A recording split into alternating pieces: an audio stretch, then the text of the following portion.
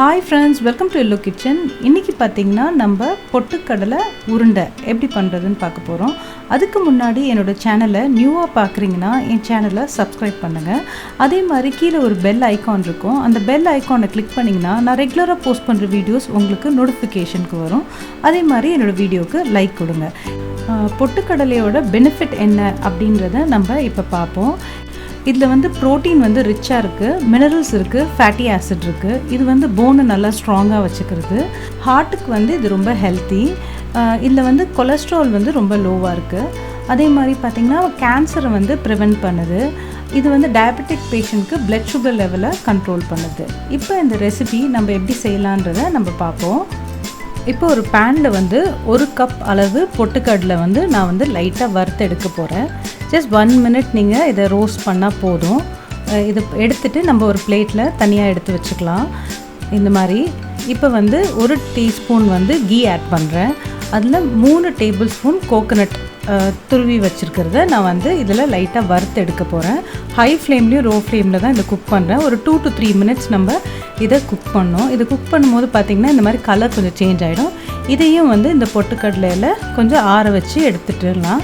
இப்போ வந்து நான் வந்து வெல்லம் வந்து ஒரு 1/2 கப் ஆட் பண்ணுறேன். வாட்டர் வந்து பார்த்திங்கன்னா நான் ஃபியூ தான் ஆட் பண்ணுறேன். நிறைய தண்ணி ஊற்றிடாதீங்க. ஏன்னா தண்ணி நிறைய ஊற்றிட்டா ரொம்ப நேரம் நம்ம வெயிட் பண்ணணும். ஸோ கொஞ்சமாக தண்ணி ஊற்றிக்கோங்க. இப்போ பார்த்திங்கன்னா சால்ட் வந்து ஒரு பிஞ்ச் ஆட் பண்ணுறேன். எப்பவுமே ஸ்வீட்டுக்கு வந்து சால்ட் தேவை, அதனால் சால்ட் ஆட் பண்ணுறேன். இதை வந்து ஹை ஃப்ளேமில் 2 to 3 மினிட்ஸ் குக் பண்ணுங்கள். இந்த மாதிரி வெல்லம் வந்து கரைஞ்சிரும்.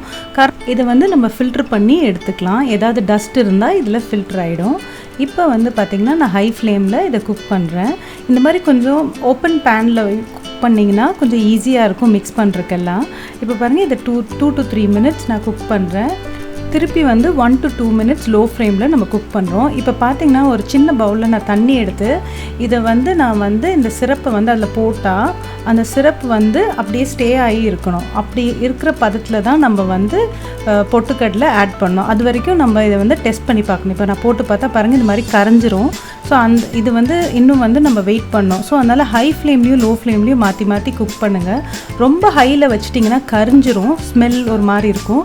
ஸோ அதனால் இப்போ பாருங்கள் இந்த மாதிரி இப்படி இருக்கணும். இந்த மாதிரி ஒரு திக்காக இருக்கிற மாதிரி இருக்கும். பாருங்கள் இந்த மாதிரி நீங்கள் வந்து தண்ணியில் செக் பண்ணிகிட்டே இருங்க. இப்போ பாருங்கள் உங்களுக்கு வந்து ஒரு ஹனி வந்து நீங்கள் ஃபீல் பண்ணிங்கன்னா ஒரு திக் இருக்குமே அந்த மாதிரி இருக்கும். அந்த டைமில் தான் நீங்கள் இதை வந்து இந்த பொட்டுக்கடலை இதில் ஆட் பண்ணிடணும். இதை வந்து ஆட் பண்ணி நான் லோ ஃப்ளேமில் தான் குக் பண்ணிகிட்ருக்கேன்.